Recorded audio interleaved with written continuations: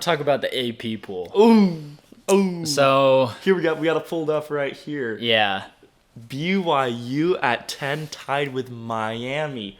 Ranked below. Here's just a couple teams ranked below. Ole Miss, Georgia Tech, Vanderbilt, Texas A&M, of course, The Ohio State, Indiana, all that jazz. But 10. yeah. Ooh, what are their thoughts here? I hate this ranking.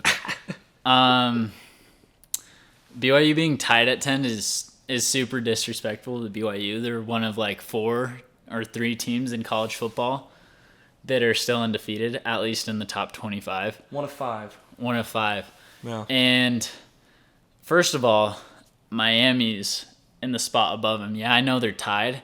Everyone's putting Miami in that spot above BYU. Mm-hmm. Then it's BYU. They're basically saying, hey, we know BYU's undefeated and all. We don't really want to put them in the top 10, but they're undefeated. We have to. They just beat Iowa State too, and they're at 11. So I guess we can like bump them up a spot. But they're with Miami, and that Miami has lost a game.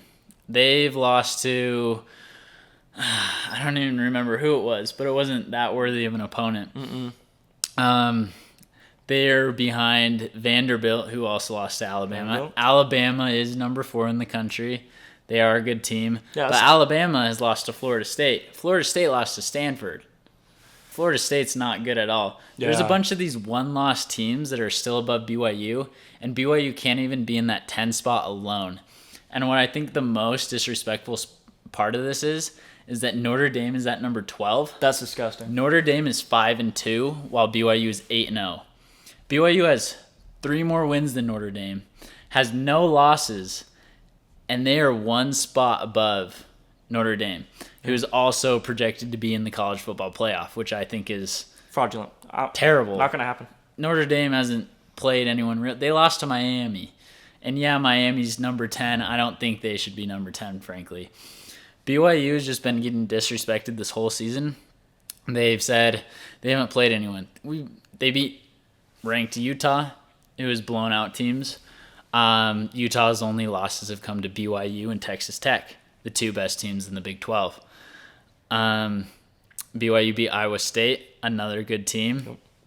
It's not really about who BYU has played. It's that they don't lose. You're going to tell me that a team that has, we have 1 good quality loss, we're better than a team with 0 losses? You're saying 0 quality losses is a penalty right now? Because that's how BYU is being ranked at 10. They should be way higher. Well, and that's the thing about it, too, is we're looking at it, right? Because you can make the argument, right? The SEC is a harder conference. The Big Ten's a harder conference, right? It's got a lot more power behind it. Just because you have Ohio State in the Big Ten doesn't mean it's the most powerful conference. Like, right, you got Ohio State, you got Oregon, you got some great teams in the Big Ten. Do not get me wrong. But that's not the entire conference right there. Now, of course, same goes for the Big 12 and some other ones, but when you have so many teams in the Big 12 coming up into the polls as well, and you're seeing these are great teams, you can't really disrespect that, right? You can't say all of a sudden, like, the SEC is so much harder. You look at Ole Miss's schedule, SEC, right? But the SEC teams they've played have not been the big players right now. They're not hitting Georgia. They're not hitting these massive games. And so I think that's what we got to start looking at. It's like, does the College Football Committee respect the Big 12? Because that's what it determines for BYU. Because even the coaches have BYU sitting at 10 as well. So what's going on here, right? Well, I think, frankly, the Big 12 is being very disrespected too. Because even if you look at the ACC, for example, the ACC isn't like the SEC or Big Ten. They don't have that standard of we're the best in college football. Mm-hmm. But they still have Georgia Tech, who has played an easier schedule than BYU, sitting at number 7, if I'm correct. We got Georgia Tech sitting at number 8 right now. Number 8. Behind Ole Miss number 7, because they should be up there too, right? Yeah, so Georgia Tech, they're undefeated. Same conversation as BYU. Their schedule's been easier than BYU, and they're sitting at number 8, while BYU's tied at 10. Then there's Miami, who's also in the ACC. They're a 1-loss team. They're tied at 10. So just right there, right off the bat, you have 2 top 10 teams in the ACC, and you have 1 top 10 team in the Big 12, which is BYU, another undefeated team.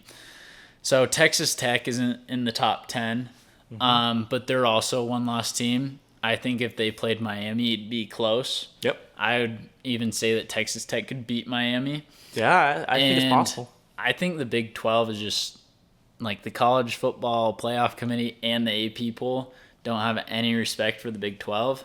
And that's also hurting BYU, and it's going to hurt every team in the Big 12, their chances to go to the college football playoff.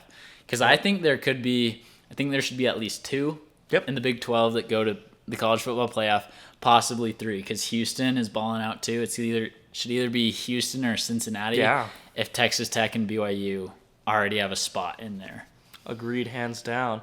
So we'll see after this week with Texas Tech and BYU in that game where that puts them on the poll. It's going to be interesting to watch that all go down this week. We are excited. Now we want to switch over a little bit to basketball. Before we do that, talking about rankings as well. You know, being at number 10 seems like a little bit of disrespect, but now BYU is the only school in the nation that has both football and basketball ranked in the top 10. The only school in the nation. Big statement right there. Like, what the BYU culture looks like right now for sports has shifted so much. Yeah. Last 5 to 10 years, ever since coming into the Big 12, massive difference in what we're seeing with these teams. Part of that's coaches, I think. You know, just some great coaches. Just some great recruiting efforts, though.